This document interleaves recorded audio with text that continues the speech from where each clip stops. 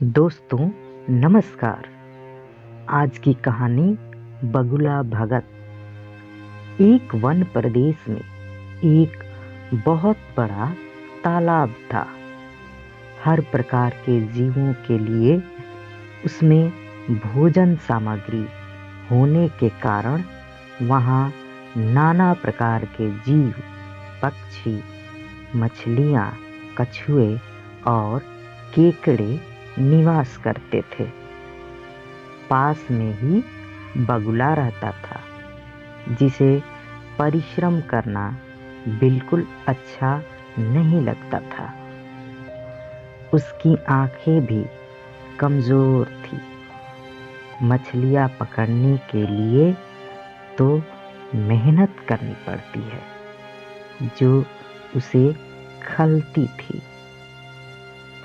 इसलिए आलस्य के मारे वह प्रायः भूखा ही रहता।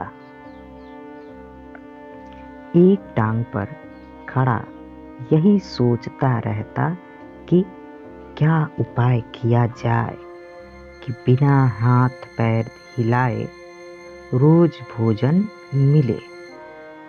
एक दिन उसे एक उपाय सूझा, तो वह उसे आजमाने बैठ गया। बगुला तालाब के किनारे खड़ा हो गया और लगा आंखों से आंसू बहाने।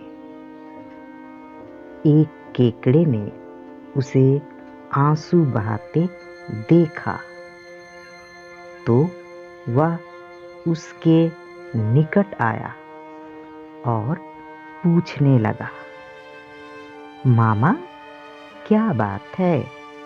भोजन के लिए मछलियों का शिकार करने की बजाय खड़े आंसू बहा रहे हो?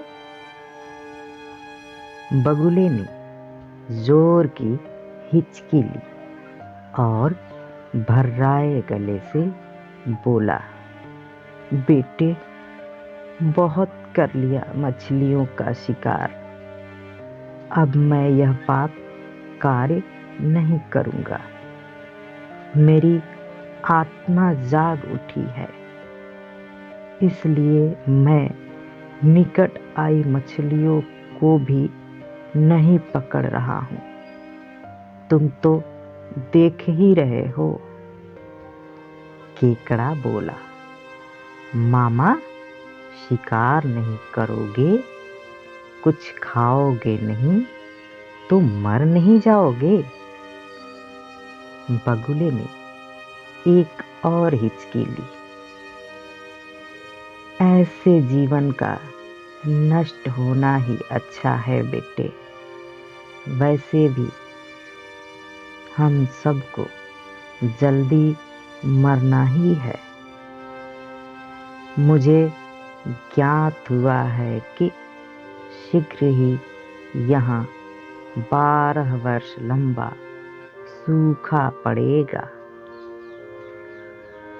बगुले ने केकड़े को बताया कि यह बात उसे एक त्रिकालदर्शी महात्मा ने बताई है, जिसकी भविष्यवाणी कभी गलत नहीं होती।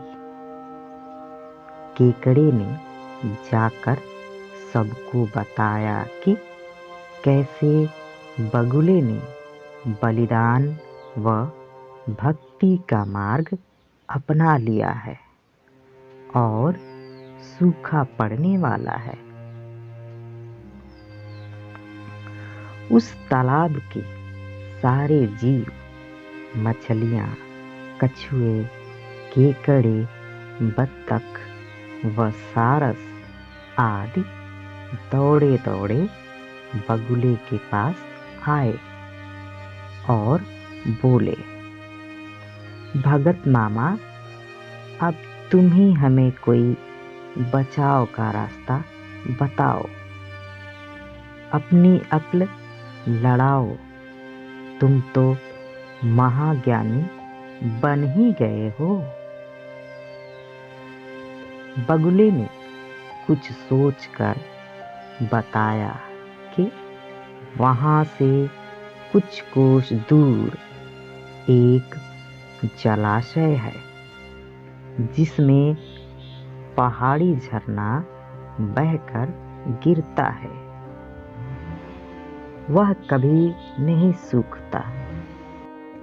यदि जलाशय के सब जीव वहां चले जाएं तो बचाव हो सकता है। अब समस्या यह थी कि वहां तक जाया कैसे जाए।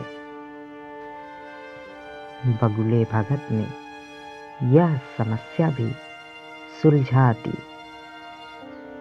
मैं तुम्हें एक एक करके अपनी पीठ पर बिठाकर वहां तक पहुंचाऊंगा, क्योंकि अब मेरा सारा शेष जीवन दूसरों की सेवा करने में ही तो गुजरेगा। सभी जीवों ने कद होकर बगुला भगत जी की जय के नारे लगाए।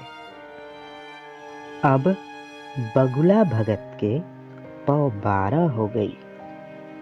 वह रोज एक जीव को अपनी पीठ पर बिठाकर ले जाता और कुछ दूर ले जाकर एक चट्टान के पास जाकर उसे उस पर पटक कर मार डालता और खा जाता।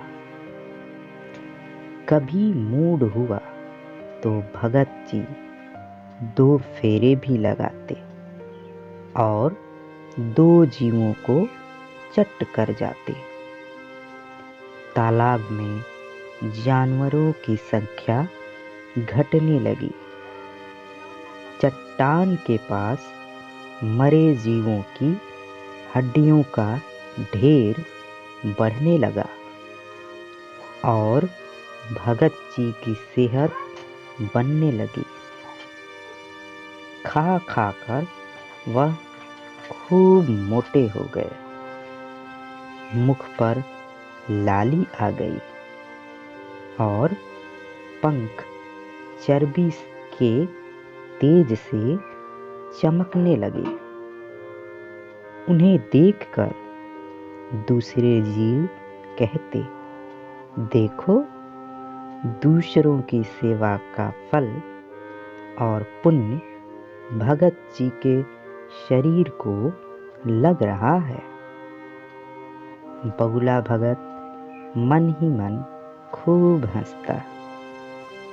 वह सोचता कि देखो, दुनिया में कैसे कैसे मूर्ख जीव भरे पड़े हैं जो सबका विश्वास कर लेते हैं। ऐसी मूर्खों की दुनिया में थोड़ी चालाकी से काम लिया जाए तो मजे ही मजे हैं। बिना हाथ पैर हिलाए खूब दावत उड़ाई जा सकती है।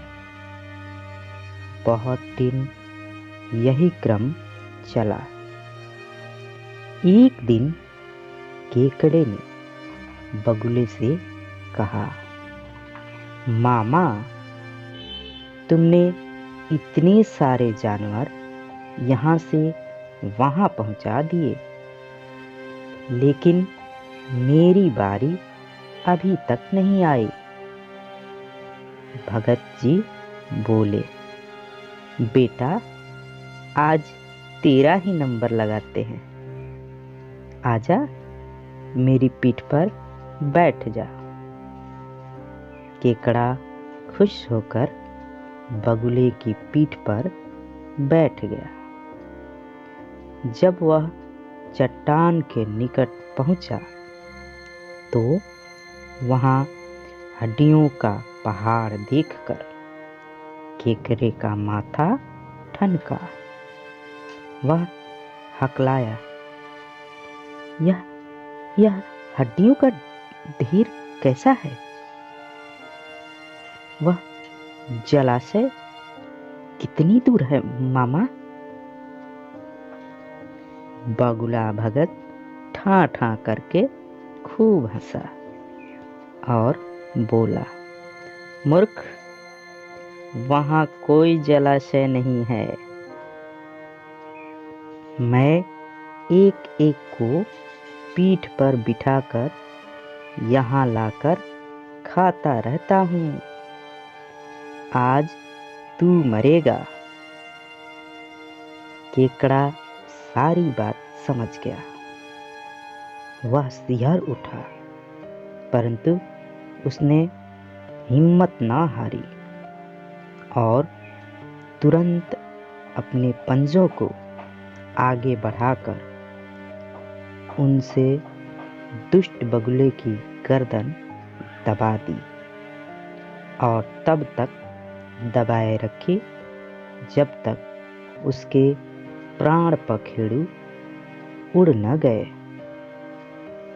फिर केकड़ा बगुले भगत का कटा सिर लेकर तालाब पर लौटा और सारे जीवों को सच्चाई बता दी कि कैसे दुष्ट बगुला भगत उन्हें धोखा देता रहा।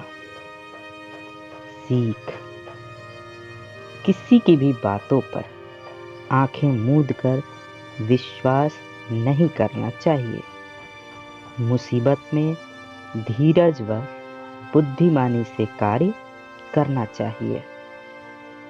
तो दोस्तों, ये थी आज की कहानी। आपको कैसी लगी कमेंट में लिखकर हमें ज़रूर बताएं। मिलते हैं एक और कहानी में। तब तक के लिए नमस्कार, जय हिंद, वंदे मातरम।